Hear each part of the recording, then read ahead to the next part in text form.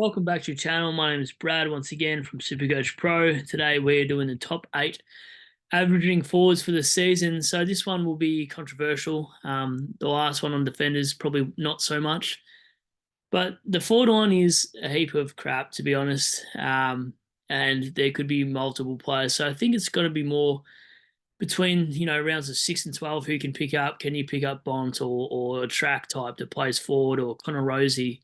So for me, at this stage, 1 to 8, number one spot goes to Sam Flanders purely because in match sim he is playing midfield role clearly. He has probably the better ceiling between any of these sort of players as well. And if he's playing in the guts too, he doesn't need a lot of CBAs to actually get decent scores. So for me, he is F1 for the season so far. Now, F2 is going to be controversial and a bit biased, I reckon. But I'm thinking Dustin Martin. He's playing in the guts. Haven't seen him play forward much. A lot of link-up play between him and Taranto in the midfield. And I feel like it could be his, rejuvenated year this year. So for me, I'm going number 2, Dusty.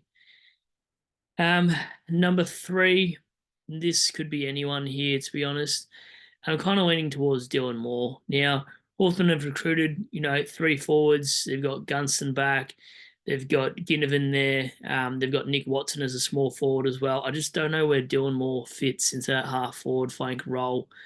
Maybe he does come up a bit higher up to the ground to the midfield around the forward stoppage, midfield stoppage potentially. So I feel like he will be the player in F3 spot. I think he's at a reasonable price as well, so I don't mind that selection. Now, F4, again, could be anyone. I'm not really too sure who I'm going to pick at F4, but I feel like it's Jackson McRae.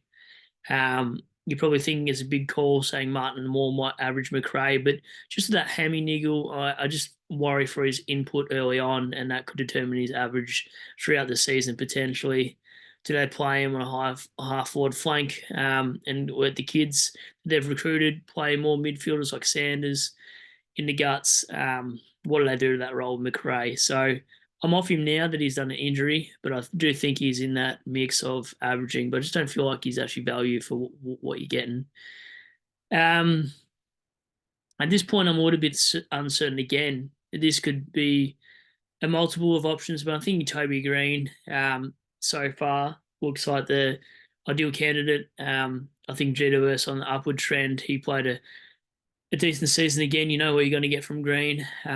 He probably does have a few bad games, I'm sure, but if you want a bit of a pod, he's not even really a pod anyway. He's at 9% of sides for a forward one at a primo. I probably wouldn't want to take him.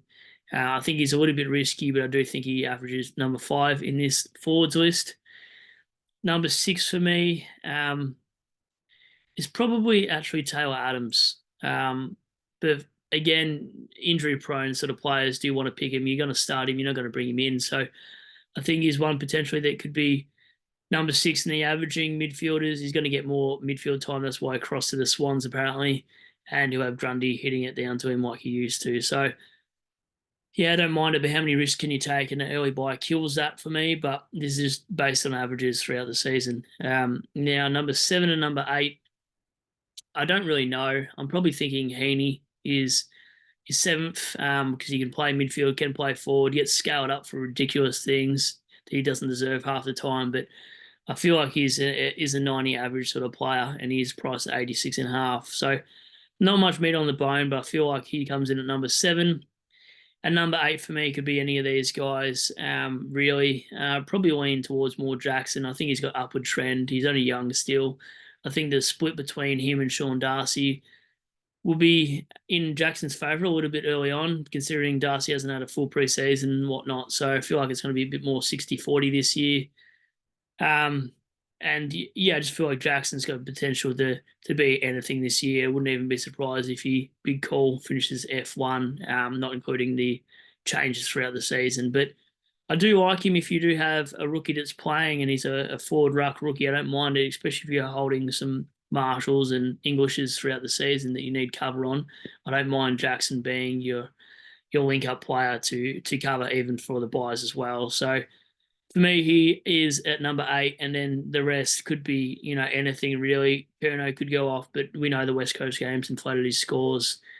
Tex could be one you start, but you probably have to look into his fixture a bit more. Jeremy Cameron's not a bad shout as well for the mix. Ben Keys, I just don't think we'll get midfield minutes enough. I think they'll play him too much forward. Baker, for me, I think he's playing in the guts, so he could be an interesting one, more draft relevant for me. Mitch Owens is one I'd consider, though. I feel like he's a potential breakout for the forward line. Hawkins is one you can always pick up on the cheap and grab the back end of the year. And then the other players around the mix, it really nothing stands out here. I feel like you could even run just off topic, your James Jordans, your Harms, and your Billings at F1, 2, and 3 if you really wanted to risk it and use the money elsewhere, midfield and defence and ruck. So just a quick one again. We'll be doing midfields after this, who I think finishes in top in the midfields, and then rucks for the last video. I'll be just spacing these out over the next few days. So thanks again for watching. Hopefully you guys saw the team update. If not, go back and watch the video. I released it Saturday. So hopefully you guys have a good one. If you have any variations on the forward line, defence, or midfielders, let me know what your 1 to 8 is in any of those lines. And I'd be happy to look over it anyway and just, see what your opinions are. Thanks, guys. Hope you have a good one. Leave a like, give us a sub, and we'll catch you.